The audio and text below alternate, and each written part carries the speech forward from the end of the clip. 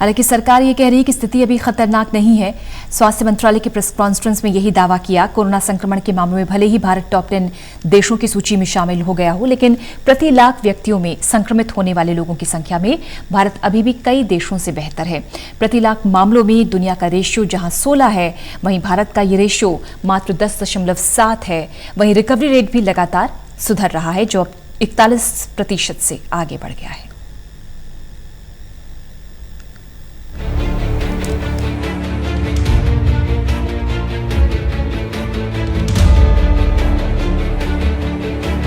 Corona संक्रमण के मामलों में बीते एक हफ्ते में हुई बढ़ोतरी सभी के लिए चिंता का विषय बनी हुई है, लेकिन इस बीच स्वास्थ्य मंत्रालय की ओर से जारी कुछ आंकड़े जरूर राहत भी दे रहे हैं। स्वास्थ्य मंत्रालय के अनुसार भारत में प्रति लाख में संक्रमित होने वाले लोगों की संख्या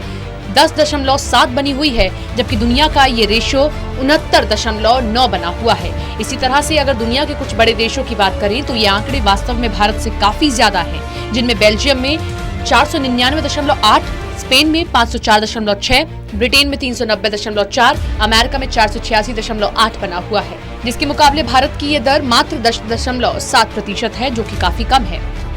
कोविड से खाली भारत ही नहीं, पूरी दुनिया लड़ रही है, हर देश लड़ रहा है। हम लोग वायरस से इम्यून नहीं हैं और हम लोग पूरी दुनिया से जुड़े हुए भी हैं, बिल्कुल क्लोज नहीं हैं।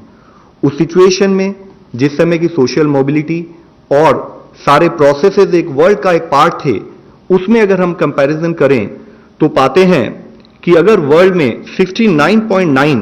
केसेस पर लाख पॉपुलेशन रिपोर्ट हुए हैं, तो इंडिया में वह करीब 10.7 केसेस पर लाख पॉपुलेशन रिपोर्ट हुए हैं। हम इसको और अपने से संबंधित देशों से अगर कंपेयर करें तो यहां मैं आप लोगों की दृष्टि में लाना चाहूंगा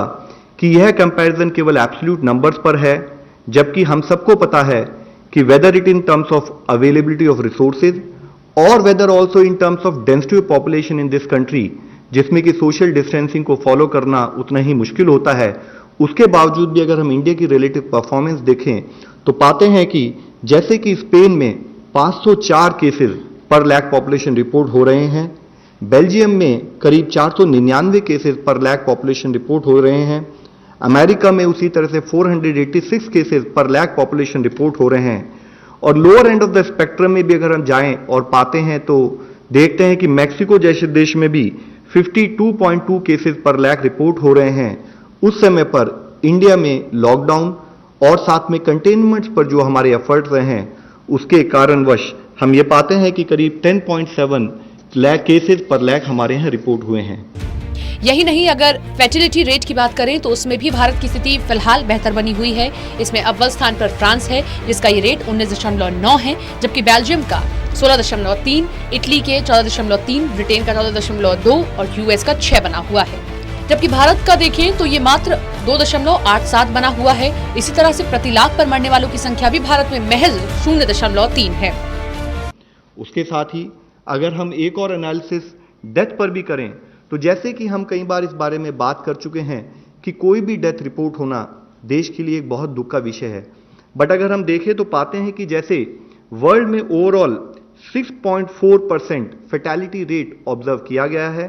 तो India has one of the lowest fatality rate among the countries जहां पर की हायर केसेस रिपोर्ट हुए हैं, which is as low as 2.87%। हम इसको अगर दूसरे देशों से कंपैरिजन में देखें तो पाते हैं कि जैसे कुछ देशों में 19.9%, 16.3% या 14.3% इस हाई रेट पर अगर केस फैटेलिटी ऑब्जर्व की गई है, तो उसके मुकाबले इंडिया में एज लो एज 2.87% फैटेलिटी हमने नोट की है। इसी एनालिसिस को अगर हम देखें कि अगर हम पॉपुलेशन के बेसिस पर उसको नॉर्मलाइज करें तो पाते हैं कि जो हमारे यहाँ पर अगर वर्ल्ड में 4.5 केसेस डेथ जो है पर लाख पॉपुलेशन रिपोर्ट हुई है आज तक, तो इंडिया में वह करीब 0.3 डेथ पर लाख पॉपुलेशन रिपोर्ट हुई है, जबकि उसके कंपैरिजन में और देशों से अगर हम कंपेयर करें तो पाते हैं कि एज हाई एज 81 डेथ्स पर लाख पॉपुलेशन भी कुछ देशों में रिपोर्ट हुई हैं।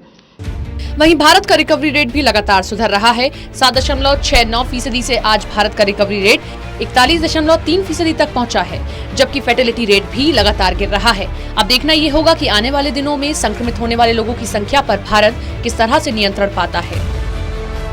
Lalit Narayan Kandpal, total news, Delhi.